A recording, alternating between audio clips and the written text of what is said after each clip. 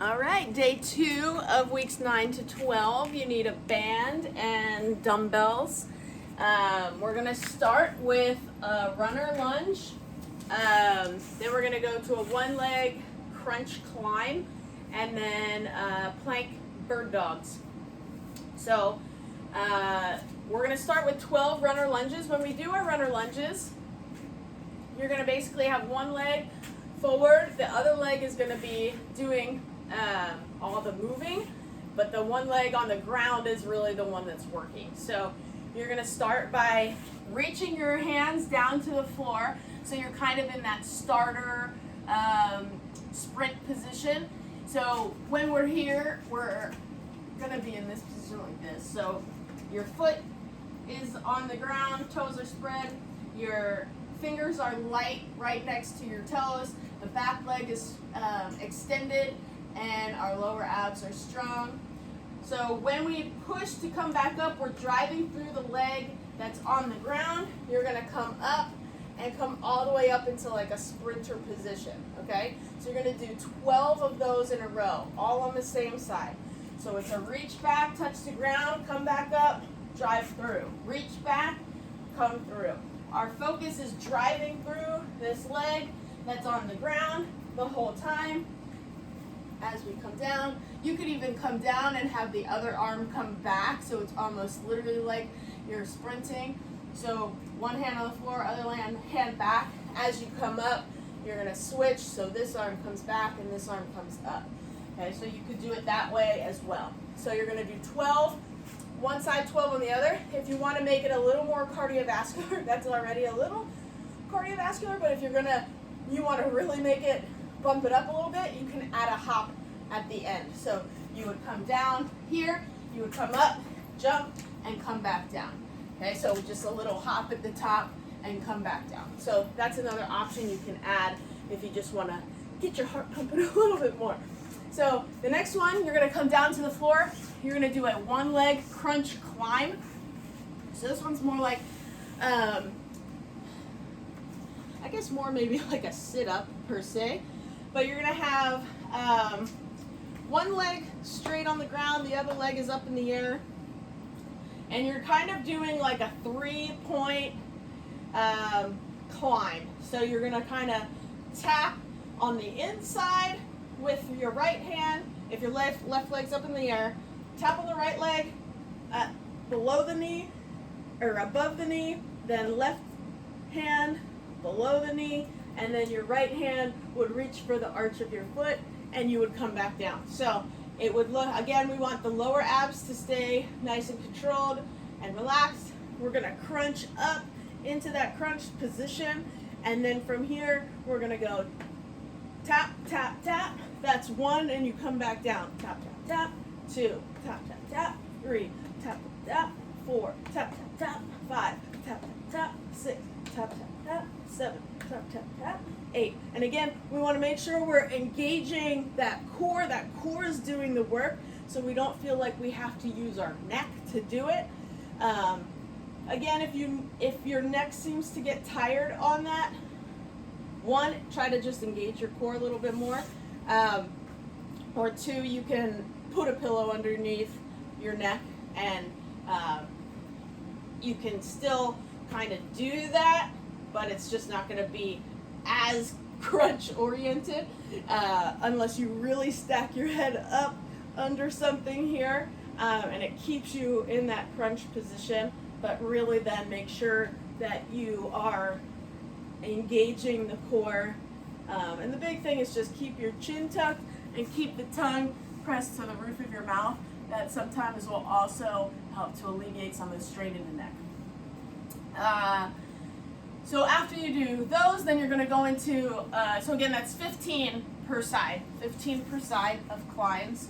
And then you're going to go into your plank bird dog, and you're going to do 10 per side. And again, if it's too hard to do it with your hands on the floor, you can elevate and put your hands on the table, put your hands on a couch, put your hands on a chair, put your hands on a bench, whatever is going to help you to elevate a little bit, which will make it a little bit easier.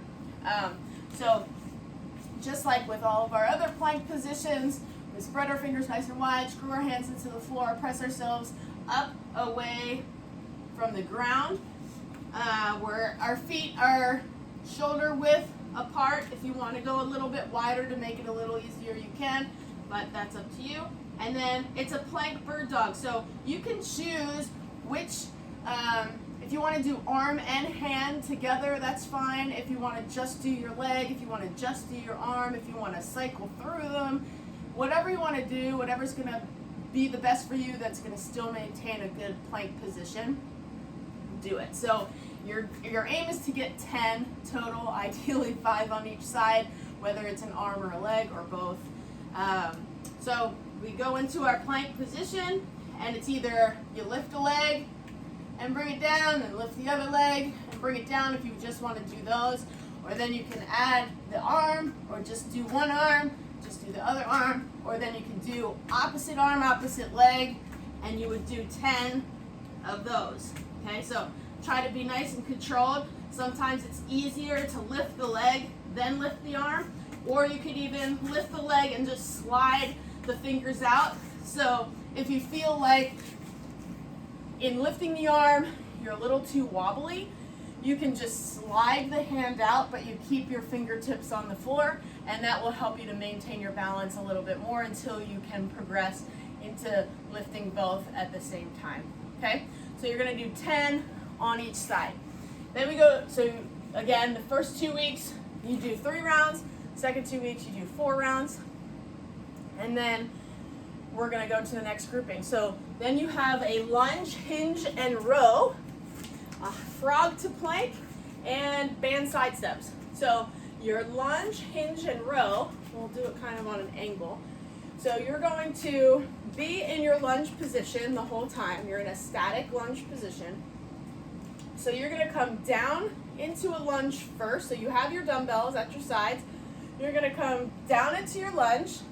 Then you're gonna hinge forward. So your hands come forward, your chest is forward over your knee, and your back is flat. Then you're gonna row.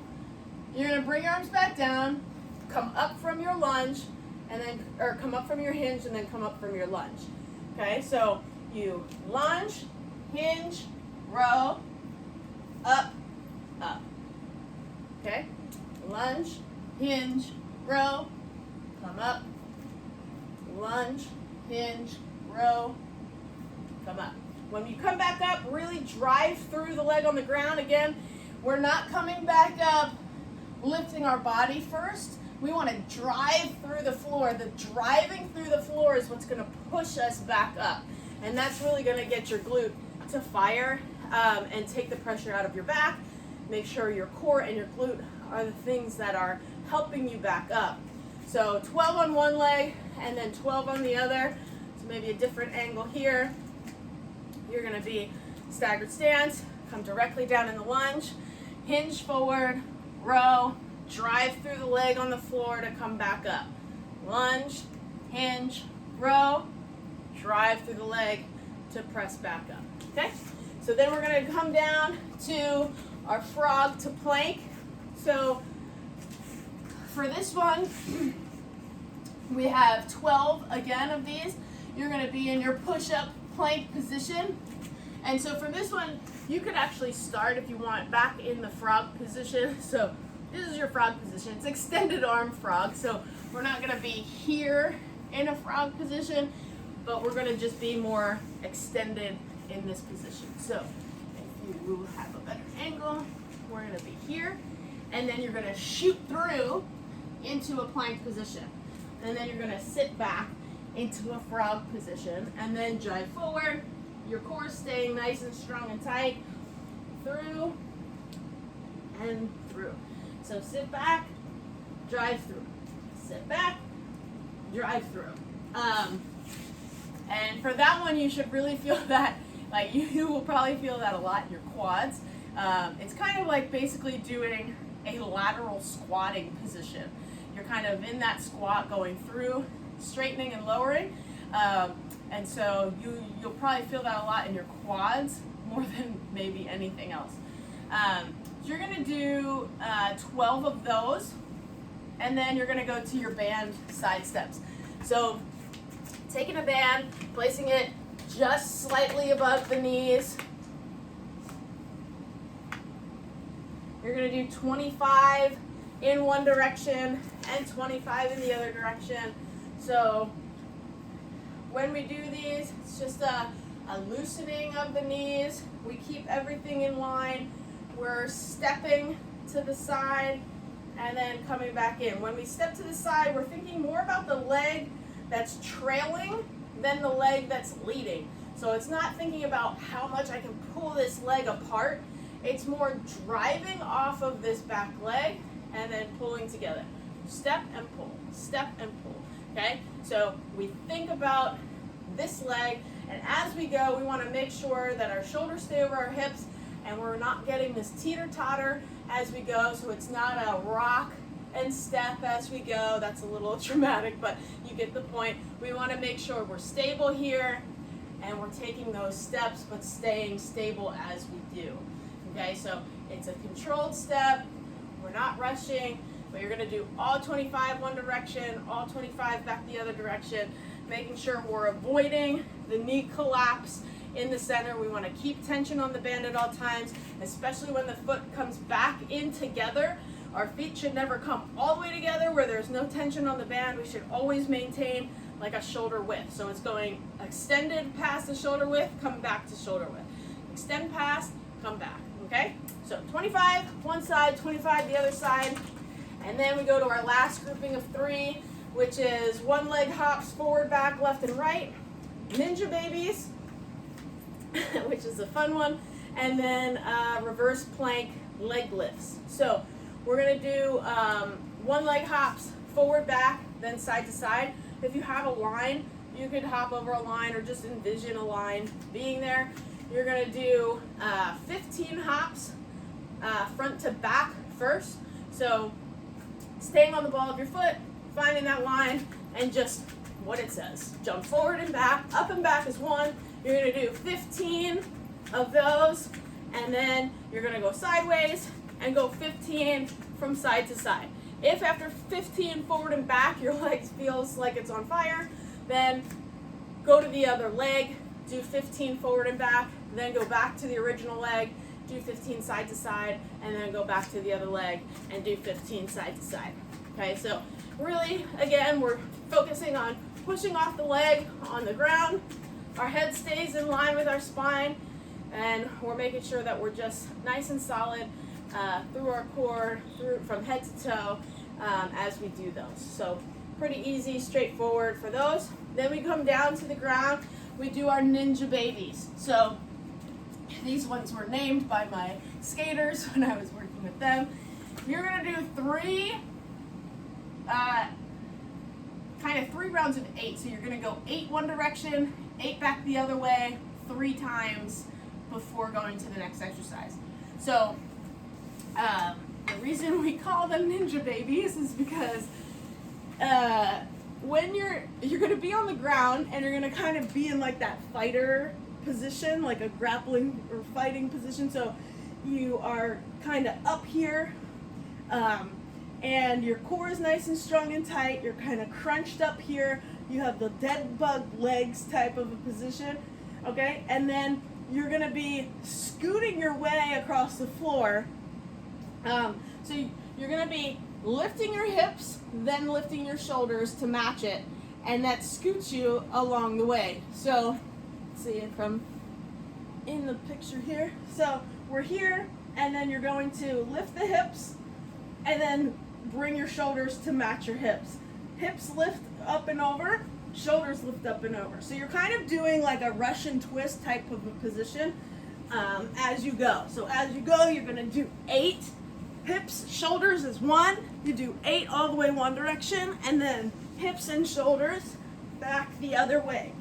If you need to, if your neck starts to get tired, you can use your hands underneath gently on the back of your head. Ideally, I'd like you not to, but if you need to, you can. And make sure that you're on something soft, either carpet or a mat or something like that, because along your spine might get a little sore and tired, or like a little burn if if you're on something hard, that's not going to feel great because you're in that crunched position, so your spine kind of sticks out. So again, you're going 8 one direction, 8 back the other way, 3 times, and that one's really great for that your obliques to go from side to side. If you find that that really is uncomfortable for your neck, then you can just do reverse or Russian twist. Just get a nice heavy dumbbell, keep your feet on the floor, and you'll just do that from side to side, and just do 25 of those to each side. Okay? So, and then the last one is a reverse plank leg lift. So you're gonna have your hands on the floor, driving through, legs are straight. You could do this either with legs straight or knees bent. Knees bent is a little easier, legs straight is gonna be harder. You're gonna lift yourself up into your reverse plank position, reverse table position, and then you're gonna lift one leg, pause, bring it back down, lift the other leg, pause, bring it back down. So 10 on each side with a pause at the top, holding that position there. If your wrists don't feel great, again, you're gonna kind of have your fingers spread like we do in a regular plank. Fingers are maybe pointed out to the sides a little bit versus directly straight back, whichever feels more comfortable for you to do that. But if that is uncomfortable, you can also do it from a forearm position, and you would lift up here and then lift the leg and do it that way. So that's another option if you wanted to do that. So, or you could also do it with like your elbows on a couch if you wanted to make it a little bit higher or something like that. So that's an option as well. So those are your last 3 in the grouping. Let me know of any questions you have, and I'll talk to you soon.